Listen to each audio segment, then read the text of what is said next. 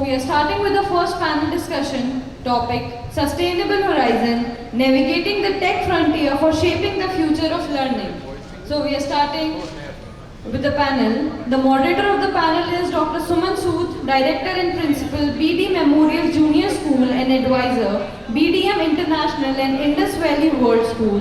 Our panelists include Ms. Kasturi Kejriwal, COO, Aditya Academy Group of Schools, Professor Dr. Sujoy Biswas, Chartered Engineer, Director and CEO, Techno India University and Techno India Group, Kolkata, Ms. Simran Sanghera, Principal Asian International School, Howrah, Mr. Abhishek Yadav, Founder Chairman, Griffiths International School, Kharagpur, Ms. Gurmeet Kaur Arjani, Principal Khalsa Model Senior Secondary School, Mr. Divyendu Sen Sharma, Principal Nopani High, Kolkata, Mr. Rohit Saxena, Chairperson Simpkins Public School, Gwalior, Ms. Sonia Gidla, Principal Douglas Memorial Higher Secondary School, Barrackpur, and Ms. Joydeep Chakrabarti, Associate Vice President, Senrisa Technologies Limited. A very good morning to everyone present here, and I sincerely thank the organizers for giving us this chance to deliberate on such an important topic. So welcome everyone to this panel discussion. Today we are exploring how AI can drive innovation, equity and sustainability in education. We have nine. We have 9 incredible panelists bringing diverse perspectives from technology and ethics to teaching and inclusion. So let's dive straight in. So I would start with Sujoy. Professor Sujoy Biswas is very well known. I don't need to introduce him. Almost all of us know him here. So Sujoy, my first question to you would be, you are looking after such a large organization as CEO. So I would like to know, and the audience here would like to know from you, that when we talk about leading innovation within a large academic institution, you sit at the crossroads of research, teaching and policy. So how do you see AI transforming higher education in India, both in terms of improving the quality of learning and in preparing students for the future of work? At the same time, what challenges do you see for universities in adopting AI responsibly, whether it's curriculum design, faculty readiness, or ethical concerns? And how can institutions like Techno India, they can lead the way in shaping an AI-ready, sustainable learning ecosystem? Thank you, Sumanji. Good morning to all of you. First of all, I thank Sumanji because she had given us the questions to be answered. I represent Techno India University and Techno India Group as the Director and CEO, and the Techno India University, the Registrar. So carry a lot of burden with more than 1 lakh people in our stream. And I'll just touch upon points which I have tried to enumerate so that since Sumanji had already said that I start the panel discussion, so I'll keep on addressing some points which are very relevant and important. I start with the first one, the new horizon of education. I'll take about 4 minutes. I'm going to practice my session. I find that I take 4.5 minutes. Education has always been the foundation of civilization. But today, the horizon is shifting. We are not merely teaching facts or theories. We are preparing learners to thrive in an interconnected, digitized and sustainable world. The tech frontier, from artificial intelligence to renewable energy, from Internet of Things to blockchain, is no longer peripheral. It is central to how we learn and how we teach and how we grow. The second one, technology as a driver of inclusive education. Imagine a child in a remote village and the same access to learning resources as a student in a metropolitan hub. With AI-driven platforms and cloud computing and smart devices, this is no longer a dream, but a reality. Technology, when implemented inclusively, bridges the rural-urban divide and ensures no learner is left behind, whether it's Techno India Sector 5 or Techno India Banipur. Sustainability in learning ecosystem. Technology alone is not enough. It must be sustainable. Educational campuses of tomorrow must be green campuses, powered by renewable energy, driven by eco-friendly digital infrastructure, and conscious of their carbon footprint. From smart grids to paperless classrooms, sustainability is the ethical backbone of future learning. Personalized, the fourth one, personalized and adaptive learning. One of the greatest promises of AI is personalization. Every learner has a different pace, ability, and aspiration. Adaptive learning systems analyze individual progress and design customized learning paths. This ensures that education moves from a one-size-fits-all model to a one-size-fits-one experience. The fifth one, blended and hybrid education models. The future classroom is not bound by walls, it is seamless fusion of physical spaces and digital platform. The pandemic showed us resilience of hybrid learning, but moving forward, it must evolve to provide both flexibility and continuity. The future learner must be as comfortable in physical reality as they are in a virtual simulation. The sixth one, global collaboration in knowledge creation. We live in an era where knowledge knows no borders. Cloud-based platforms and global reach networks are enabling unprecedented collaboration between institutions and individuals. A student in India can go and create a project with peers in the United States, Europe, or Africa.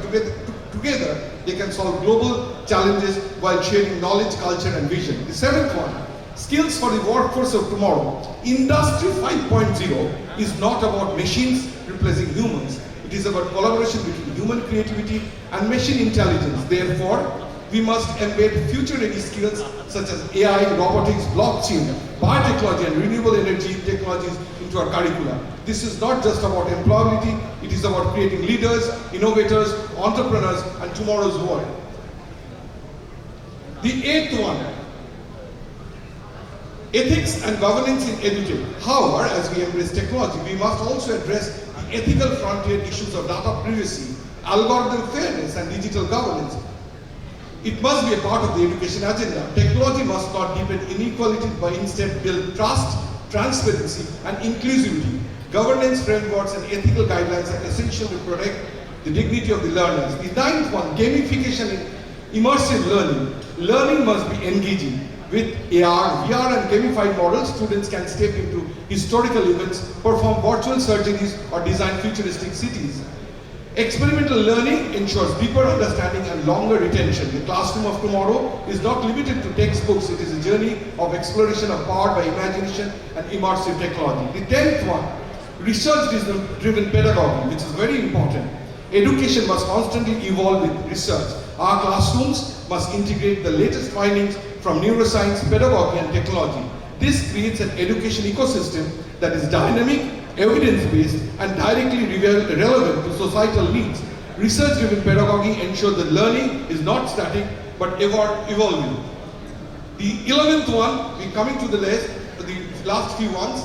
In the sustainable horizon, never ends. Professional workers and even retirees will require continuous skilling, reskilling, and upskilling. Micro-credentials, MOOCs, and flexible certification programs must become mainstream. Learning will no longer be confined to schools and universities. It will lifelike pursue. The 12th one, equality in digital learning access. We must be cautious not to create digital haves and have-nots. Access to affordable devices, subsidized internet, and community learning hubs are essential. Technology must empower and exclude, and not exclude. A sustainable future of learning can be achieved when every child, regardless of socio-economic background, has equal access. The 13th one, sustainable funding and policy support. Building the horizon requires vision and resources. Governments, industries, and education institutions like us must join hands in creating sustainable funding models, which we are already doing.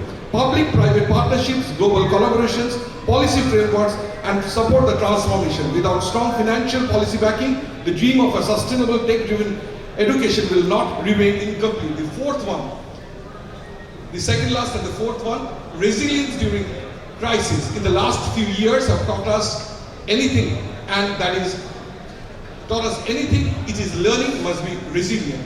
Be it pandemics, climate emergencies, or geopolitical disruptions, education must continue uninterrupted. Building robust online infrastructure, decentralized learning platforms and adaptive strategies ensure knowledge remains. Knowledge never pauses. The last one, teachers as mentors for the future. Finally, let us not forget the human element. Teachers will always remain the heart of education, come what may.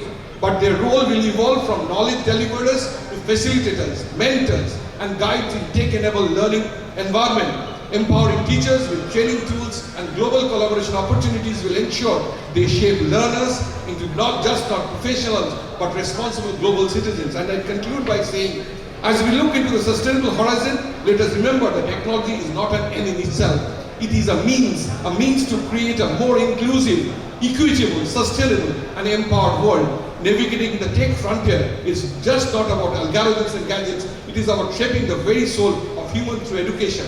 The future of learning, therefore, must align with the United Nations Sustainable Development Goal of the 17 SDGs, nurture innovation and inspire responsibly. Let us collectively commit to this journey where sustainability and technology walk hand in hand, shaping not only the future of learning, but also the future of our planet. Thank you so much. Have it for Sujay Gandhi. You actually framed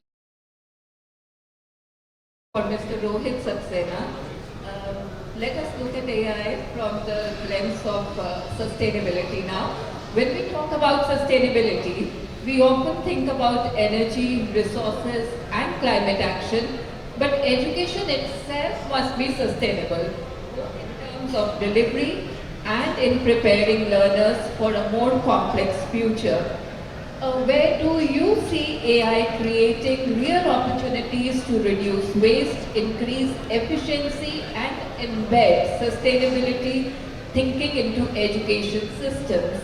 Can you share an example where AI has enabled learning directly, supporting sustainable development goals? Thank you very much, ma'am. Namaskar, आप सबों को.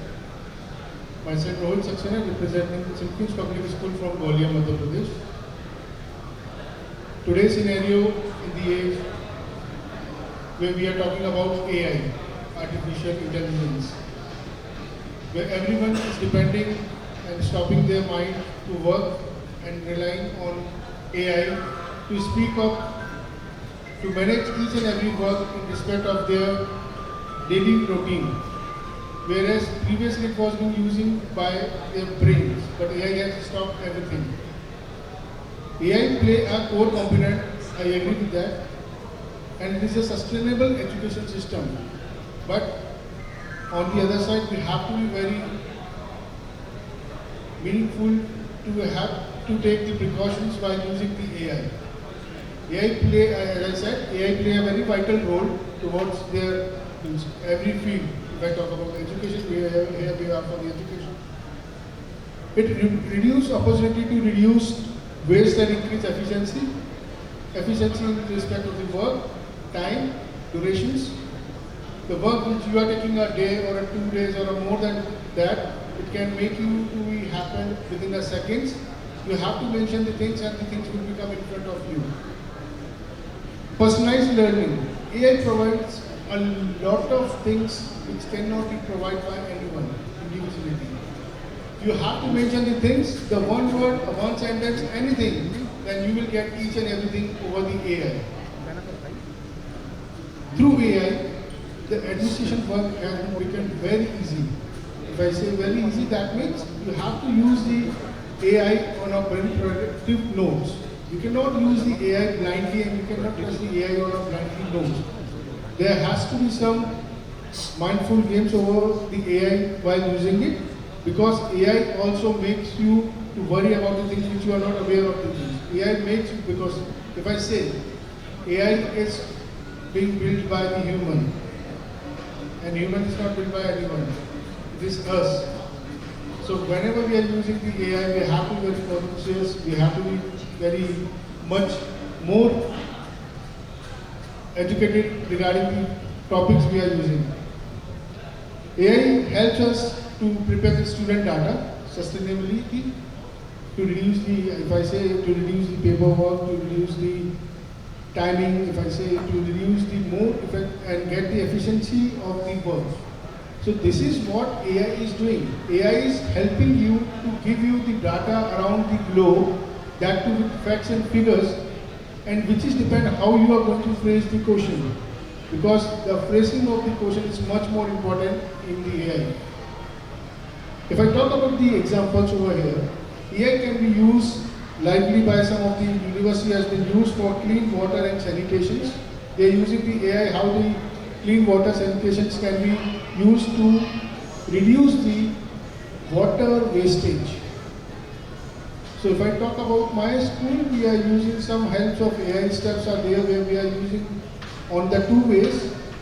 We are making the student data, where we are making them very smooth student data of each and individually of every student. And if I talk about the clean water and sanitation, we are taking the steps towards we are in the working model of that particular. So how the AI can be worked, as I said, AI plays a vital role, but it need to be think how it's going to play a vital role in your particular education system. Thank you very much, ma'am. Thank you everyone, all the colleagues. Thank you.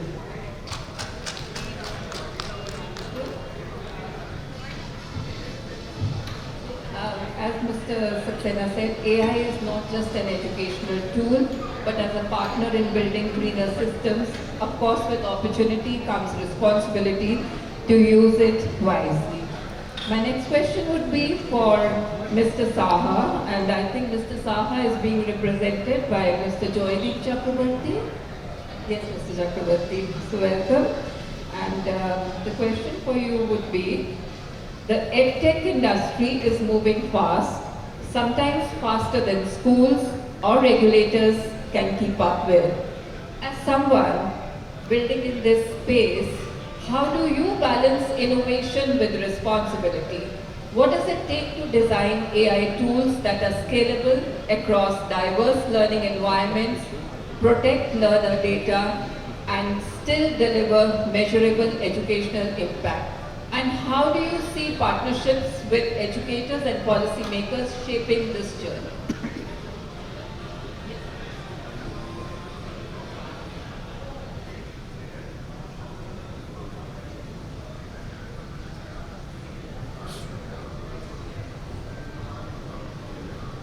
Good morning all.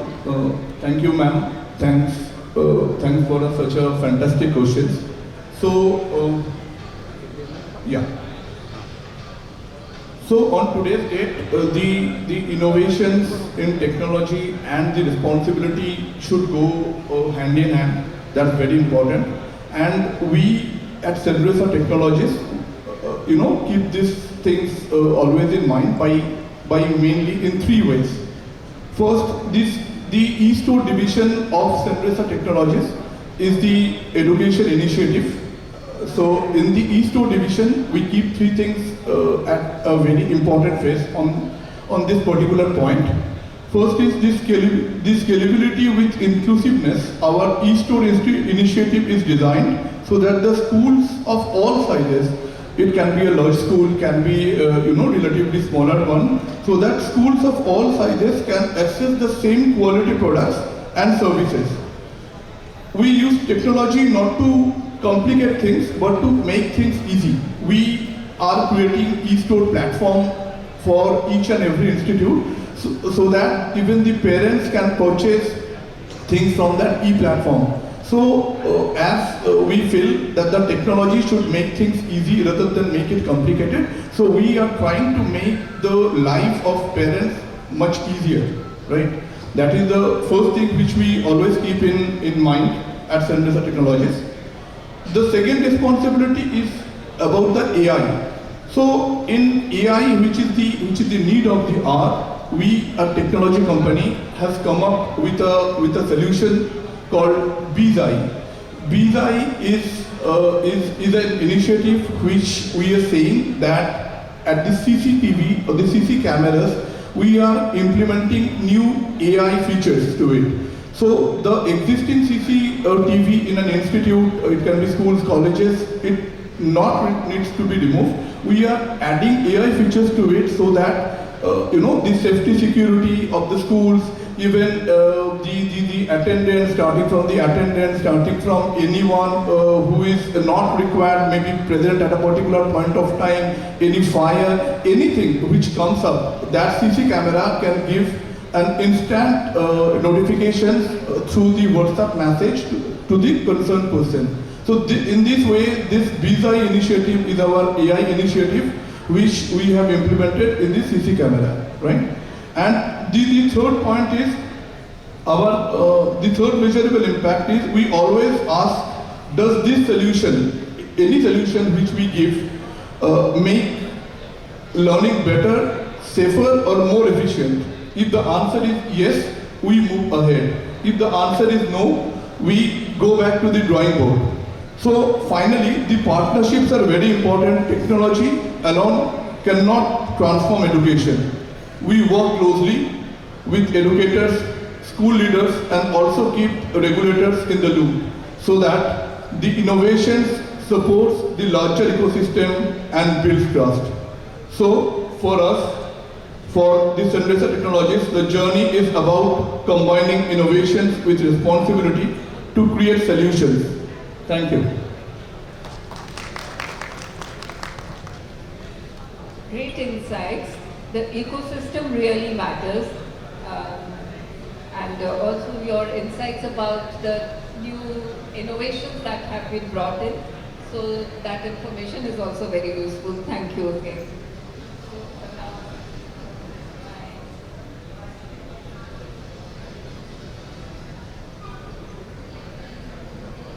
Next question would be for Gurmeet ma'am.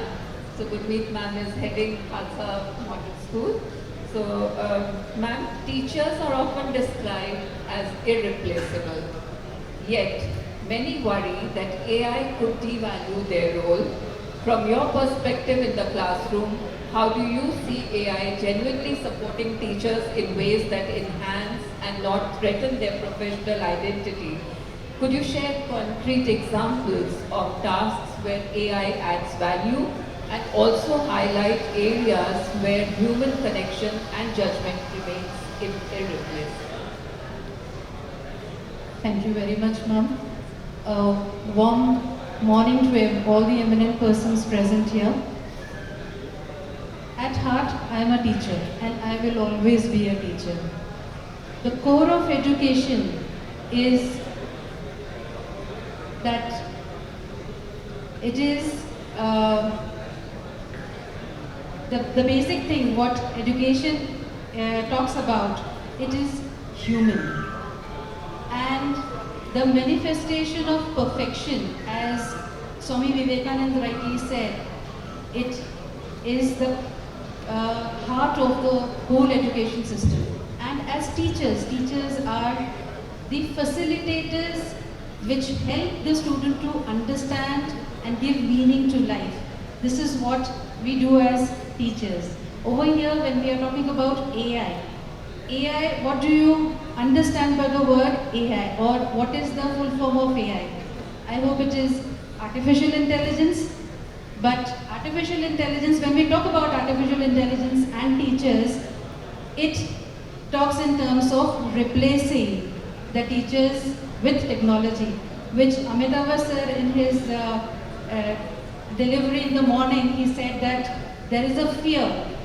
So as teachers in education system, the AI over here should be augmented intelligence, not which means partnering between technology and human. Technology is required because life is moving fast.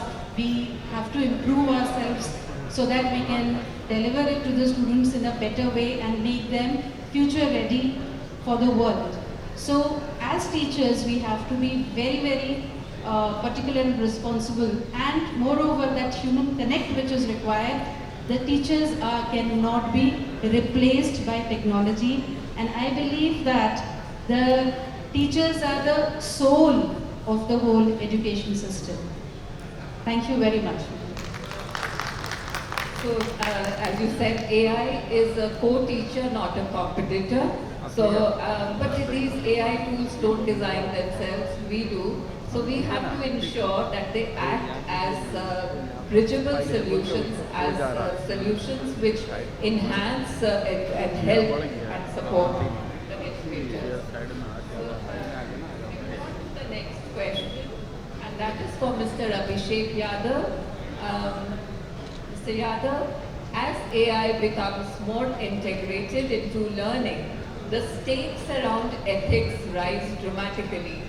We are dealing with sensitive learning data, algorithms that may introduce bias, and the potential to widen or close the equity gap. What do you see as the most pressing ethical question in AI for education today? And what role should governments, schools, and developers play in creating safeguards that protect learners without stifling innovation?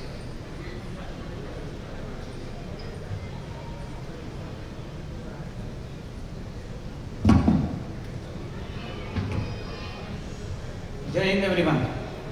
A wonderful morning to all of you. We've all seen AI come as a fresh tool. Before this, you had smart classes, LMS, so many other new technologies. But when I think of AI, a very famous dialogue from a movie Pushpa comes to my mind. Apun aadmi alag hai. AI is different, completely different from other tools that we have seen. It is the master of all other tools that exist. And because of that, it has immense potential to bring an impact in the development of children. And its impact reaches not only education, but all spokes of our life. Now, because it has such huge impact, it can also have huge ethical challenges that come with it. And if you look to identify key challenges which are present, first and foremost, of course, is data security.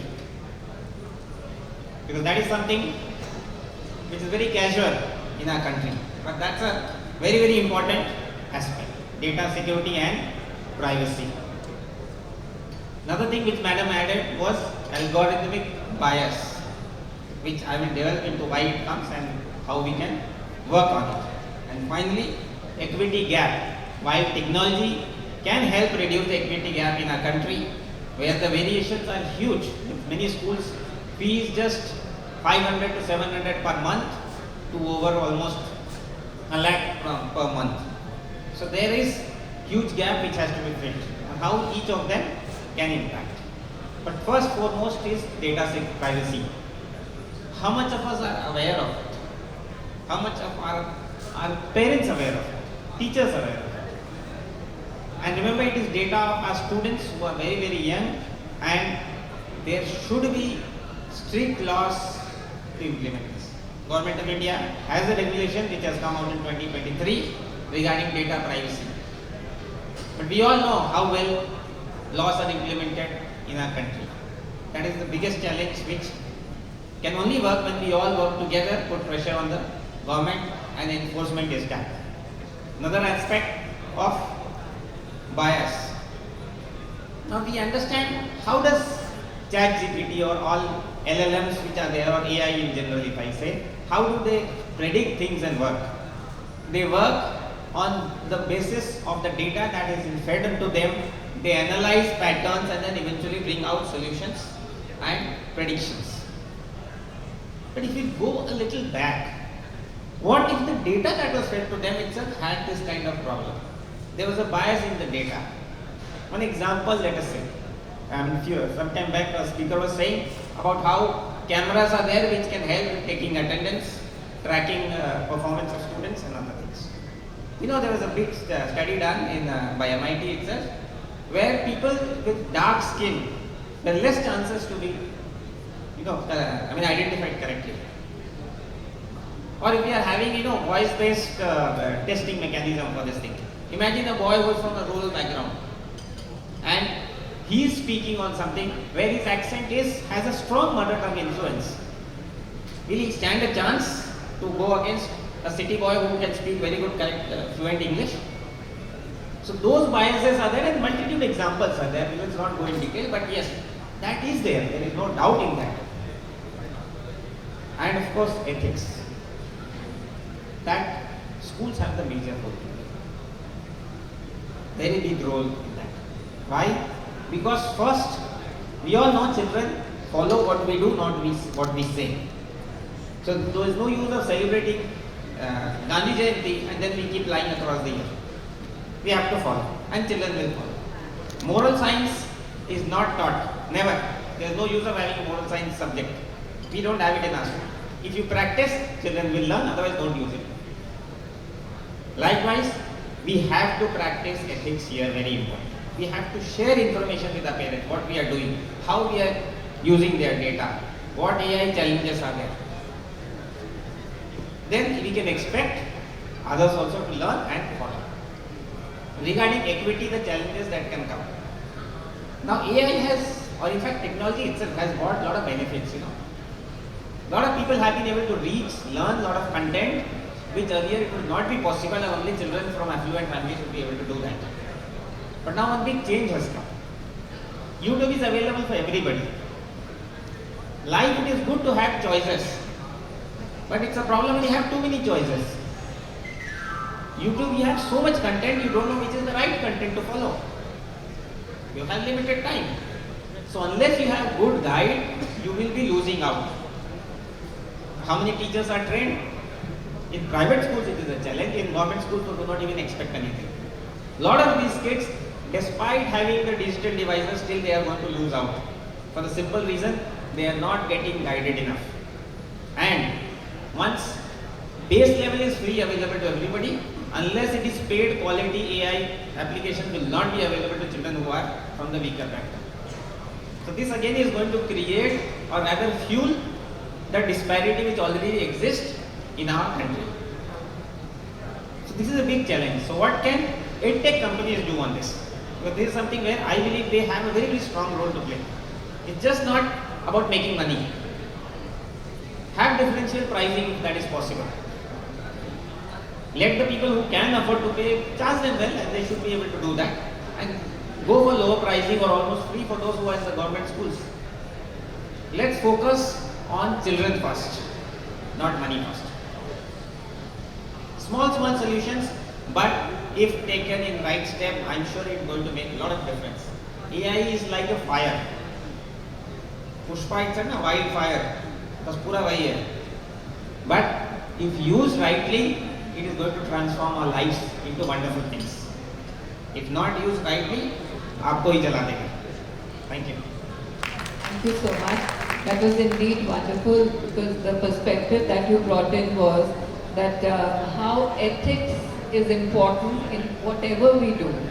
And my next question would be for Mr. Divyendu Sen Sharma. We've already have had an earlier question on sustainability, but Mr. Sharma, we would like your perspective also, because sustainability is something which is extremely important for us to create a world which is green and a world for the future citizens. We need to ensure that we give them a sustainable world. So what would be your answer to this?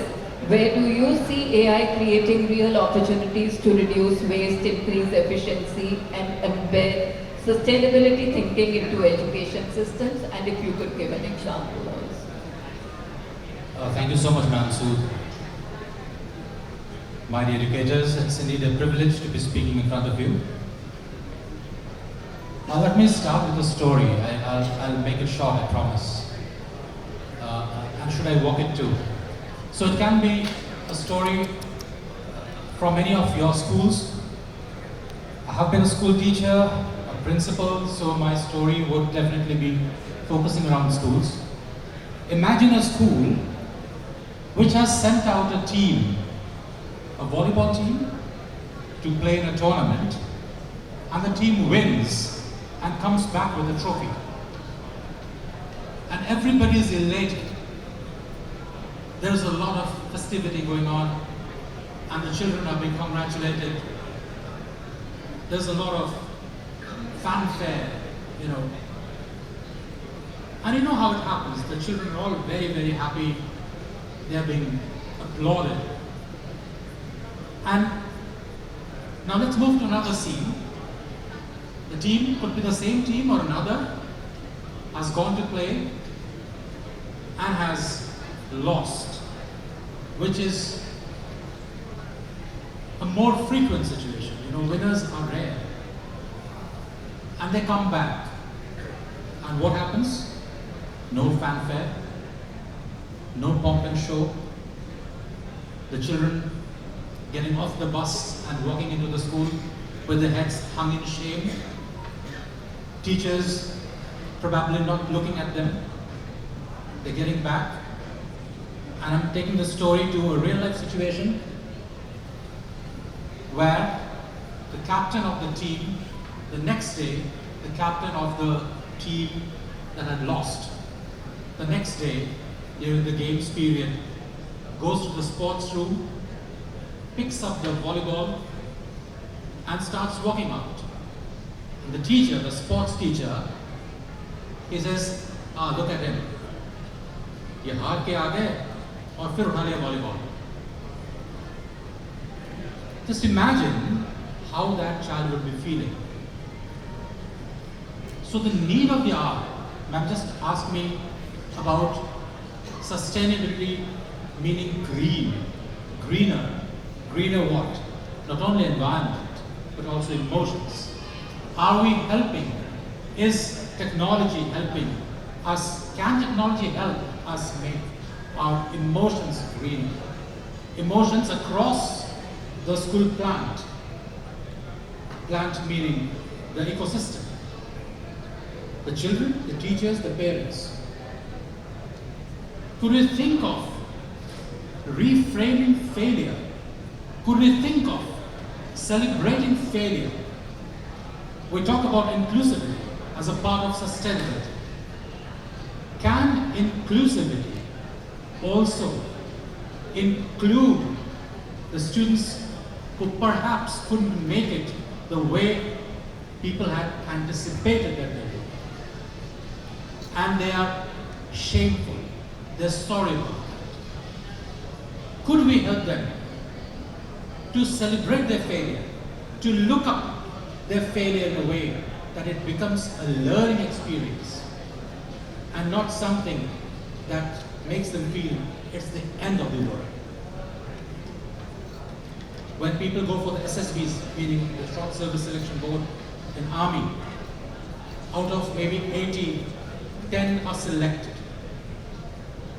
And the rest of them are told, don't go back thinking you are good for nothing. ये हमारे लिए मजबूरी है कि हमें सिर्फ लोहा चुनना है. Maybe you're not iron. You can be diamond, you can be gold, you can be silver. You can be platinum. But unfortunately, our task was only to select the iron. So good luck to you. That's how they're sent off, not telling them that you've failed. Could AI do that for children? Could AI stop teachers from judging children and making them feel ashamed about their performance? Can education move on a bit from just being assessment of their academic performances? Could AI help in assessing their efforts, in assessing their preparedness? Every child is not the same. Could AI further enhance inclusivity by bringing in systems that would include children who may be a good sportsman and hence not necessarily hence, and perhaps not a very good student at mathematics.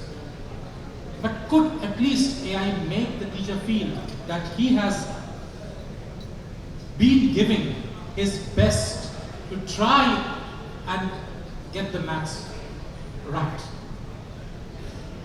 So in our school, ma'am asked for an example. we have brought up, it's still in a very nascent stage, an LMS, an AI-based LMS in Nopani High. We call it the Nopa Niños. Niños means children in Spanish, so we just named it that way for the sake of, to match it with the school name, Nopani High.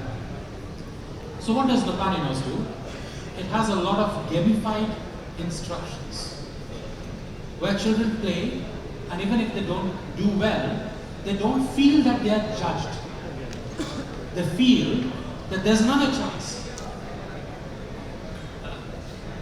Today in the morning, Madam Shroff was talking about our screen time, So yeah, it does add to a little screen time, but maybe it takes children away from simply going through the reels and to play games that are designed in a way that make them understand their abilities, to enhance their abilities without making them feel that they're being judged. Also, AI is helping teachers. This adaptive learning. There are different kinds of students. Everybody is not the same. We all know that. We have talked about the MI a lot. So, this AI can be one way of providing several approaches to teaching something. The content pathways can be different for different children, which for a single teacher standing in the class is not possible.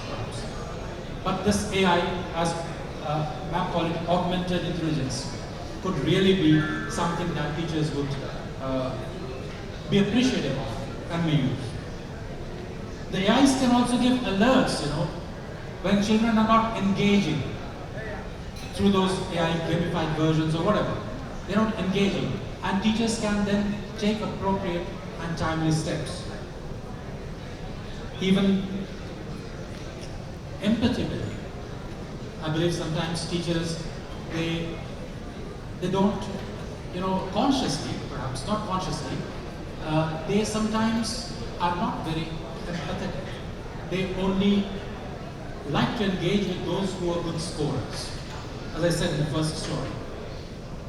But AI can remove that teacher's perception and make the teachers treat everyone as equal. And at least it helps the teachers to see the efforts so that a failure, it changed the approach from you failed to you are learning. The children can be told, not you failed, but that, yeah, you will learn. Thank you so much. It was indeed wonderful. Failure is to be considered as the first step towards success, and thank you for sharing your views on empathy and inclusion. So my next question would be for Simran ma'am. AI is often described as a game changer for education, but it can mean very different things depending on context, ranging from personalized learning assistance to predictive analytics for institutions. In your view, how is AI most fundamentally reshaping the way we think about teaching and learning today? And do you see this as an evolution of existing practices or a complete paradigm shift? Thank you for the question, ma'am. A very warm morning to all of you. So, in my view, AI is certainly not just an add-on to the current educational scenario. It has certainly changed the face of education. It has changed the grammar of teaching and learning. From centuries, I think we've followed the one-to-many model of teaching, where there's one teacher tutoring a group of students on an average level, I would say. But here we have the AI, which is more dynamic in nature, which is more personalized and certainly more data-driven. And if we talk about AI at a very fundamental level, I would say it has changed the face of education from being a content delivery model to a learner-centric model, where the learner is at the fulcrum or is at the heart of the learning. Learning is not happening for an average student, it's happening in an individualized manner, where each student with varied differential learning styles can feel empowered and can learn and progress with dignity and confidence. And if we talk about an institutional setting and predictive analytics, as ma'am said, that is changing and challenging the face of education in terms of anticipating, helping schools and universities and colleges to anticipate challenges such as dropout risks, learning gaps, I would say emotional disengagement, and a timely intervention can be made by the organizations to reach out to students. And I think in this, the education is becoming more proactive in nature rather than being reactive in nature. So the problem used to be there and then we used to react, but now I think we are intervening in time and we've become more proactive in terms of finding solutions to the problems. And if I would delve deeper into the concept of how AI is changing the concept of teaching, I think the real concept of teaching is not merely ranting out figures or imparting or transporting information from the teacher to the student. I think it's much larger than that. The role of a teacher expands to being a mentor, to being a caregiver, to being a cultivator of ethical values, which I believe no algorithm can replicate. And to the last part of the question, ma'am asked me whether it's an evolution or whether it's a paradigm shift. I would say, ma'am, it's both. Evolution in terms of the tools, moving from textbooks to e-books, from blackboards to the smartboards, from search engines to the generative AI. But again, if we delve much deeper into it, it's a paradigm shift. Paradigm shift in terms where the real definition of education is being redefined, it's being remodeled, and it's being re-challenged. In terms that education expands beyond the classrooms, beyond the borrowed piece of information that is being generated on the AI. I think teachers are helping students to navigate ambiguity, to bring about the best in every individual, to face with confidence the face of adversity. So I think yes, education is something that goes beyond the classrooms. And I would sum up by saying that yes, it is certainly a game changer, but more than that, it's a mirror that tells us not how to teach, but why to teach. What is the reason behind being a real teacher? And if we can harness the AI wisely, it will democratize the learning, elevate the teacher's role, and humanize education in the ways we all have been longing for. Thank you so much. Wonderful. So education has become from a content building model to an empowering model. So thank you for that perspective and for all the other things that you said so beautifully. And now for Kasturi ma'am, if we fast forward 10 years, imagine a world where AI is deeply woven into learning systems. What does the world look like?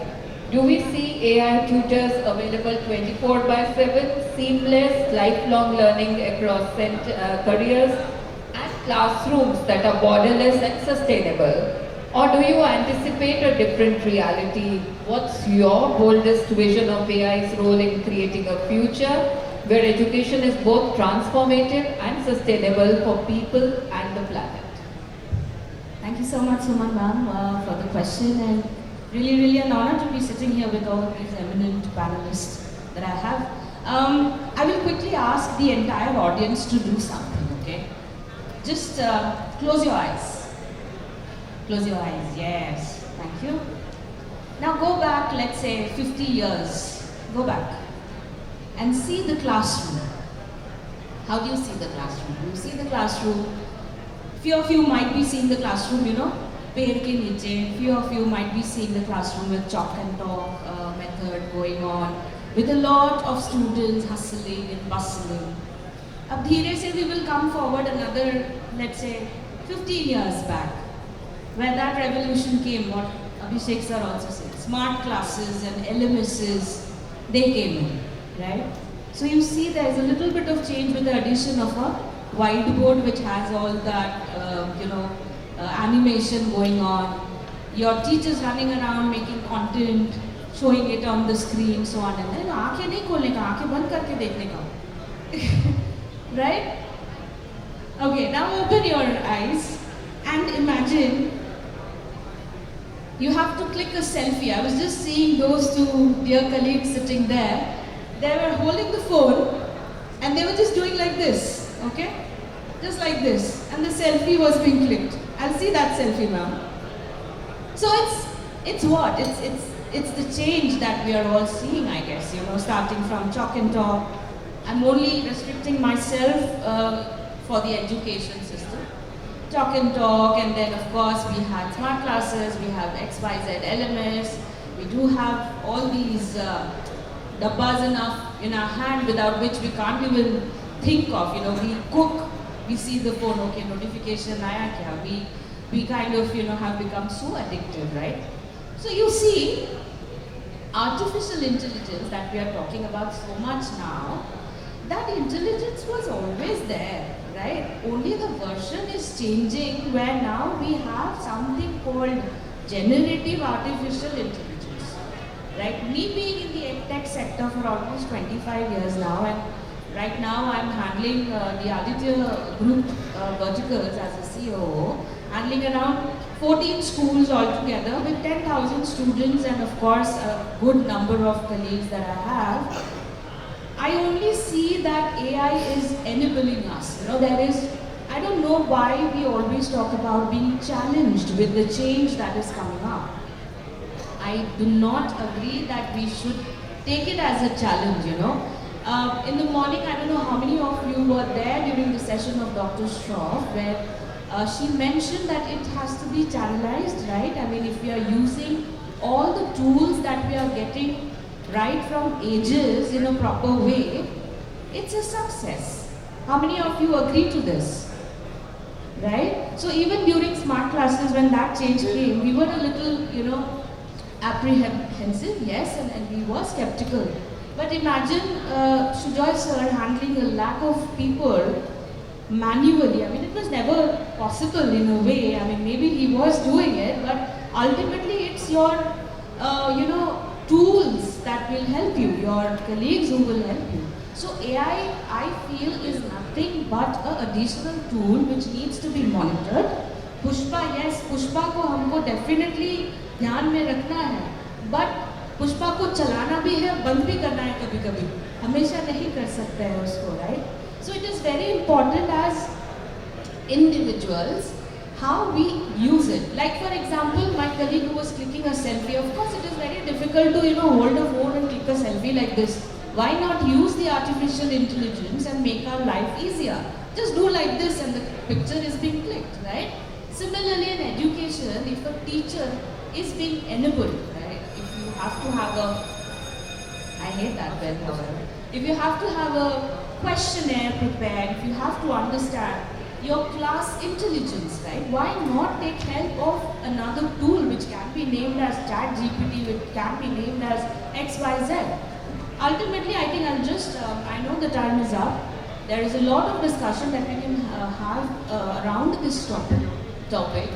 But I feel as an educator, and I feel every of my fellow panelists also agrees to this, that this is nothing new that is coming up, it is already here. And we have to identify ways to channelize it and use it at the best of the ability for all of us, in fact, be it be educators, be it be parents, be it be anybody and everybody. Today also you see when we are discussing, maybe some of you are trying to Google out few things that we are discussing, right?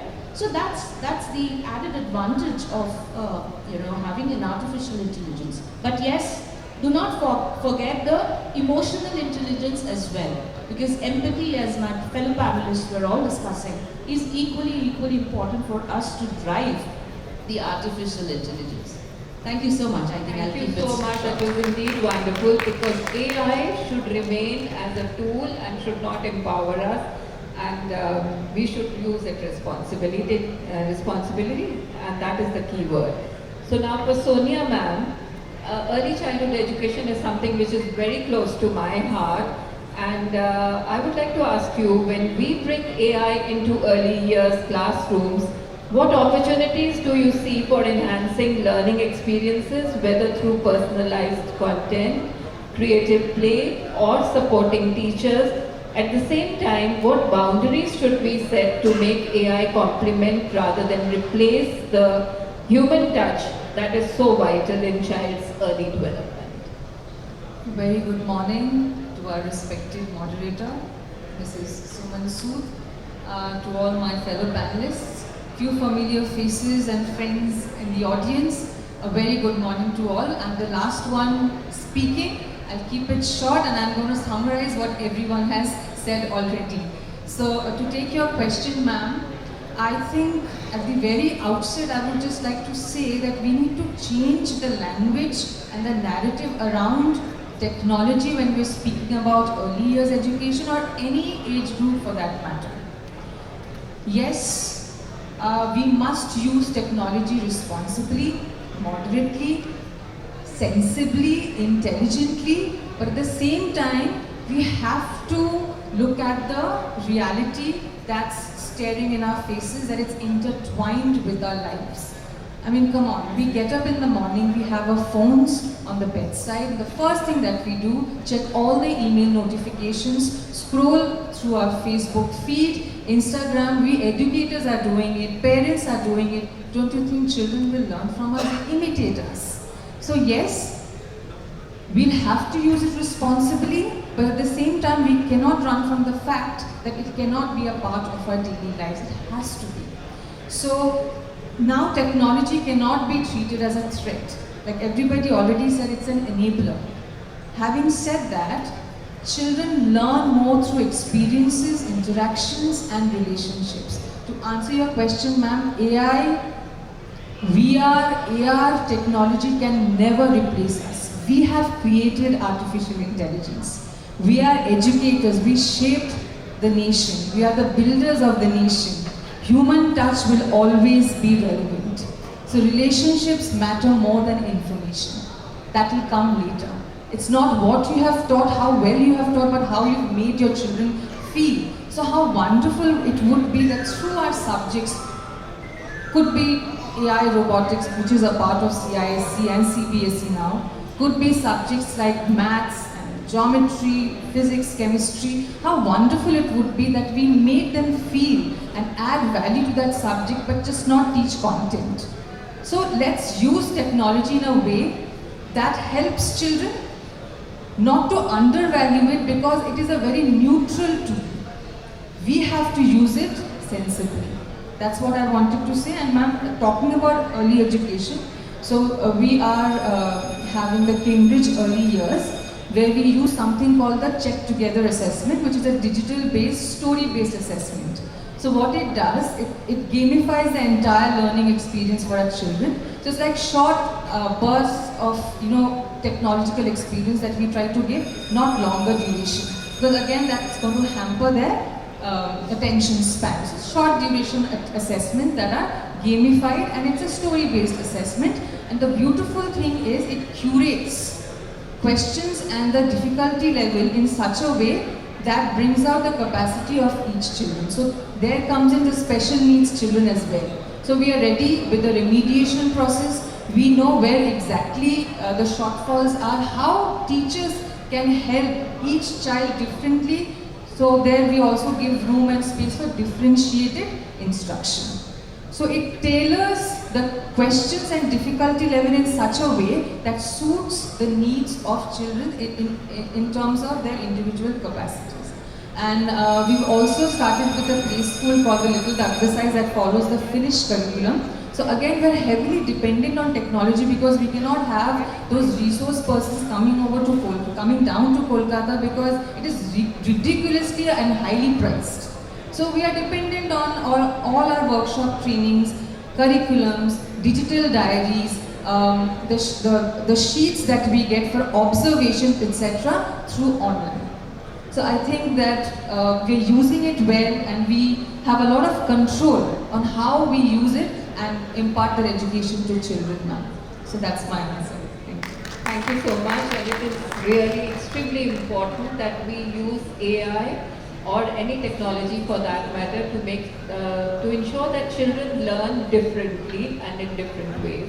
So the final round as a wrap up, it will be just a very short answer, 1 minute per panelist, maybe even less, 30 seconds. So the question is, in one sentence, if you could give learners, educators or policy makers just one piece of advice for navigating the AI-powered future of education sustainably and responsibly, what would it be? We'll start from Gurmeet. Thank you very much, ma'am. I'll stick to the topic which was given to me for the question. In that sense, that teachers have to be lifelong learners, to be facilitators to the students, and in that process being giving the personalized as well as differentiated and making the whole education system as inclusive, as much as inclusive as possible. Thank you very much. Thank you, ma'am. I'll just keep it very, very short. I know time is running out. So I would say that embrace AI to augment human potential in a way that it serves the human mankind and not otherwise. Thank you. Being a compulsive speaker, it's very difficult to wrap up in 1 minute. But Sumanji is there and the time is short. So I'll say that embrace AI as a co-teacher, co-learner and a co-innovator. But build every policy and practice on the pillars of ethics, equity and evidence so that technology empowers, not replaces human judgment, creativity and compassion in education. Thank you. Thank you so much. Use AI with empathy. Nothing else is required. Don't forget, AI is a tool developed by a human, so it will not go over the human. So use it wisely, use it ethically. There's something we hear a lot. While intelligence has become artificial, stupidity is still original. Let's somehow make this statement false. Let us also become as intelligent to be able to use AI, especially continuing with what I said, to be able to celebrate failure, to be able to make our children feel that failure doesn't mean the end of the world, but they have to use it as a stepping stone for future success. Thank you. I think most of the panelists have said everything. But I think, yes, as leaders sitting here, I will only request everybody, it's very important to kind of, educate our parents as well, right? I mean, that is one thought that I would like to place at today. Let's have sessions with our educators who will understand how their children are using it so that we can say, okay, I know more than you, okay, don't teach me.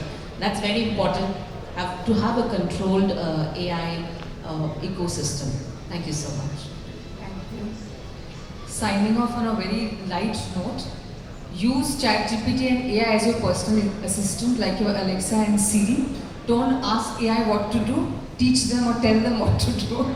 So that's how I would like to sign off. From the corporate background, I can tell that AI and the responsible usage of AI should go, parallel. That should go hand in hand. Thank you. Thank you so much. Sumanji, being a motivational speaker, I always end with a shairi. I have a shairi on behalf of AI, what is AI telling to all of us.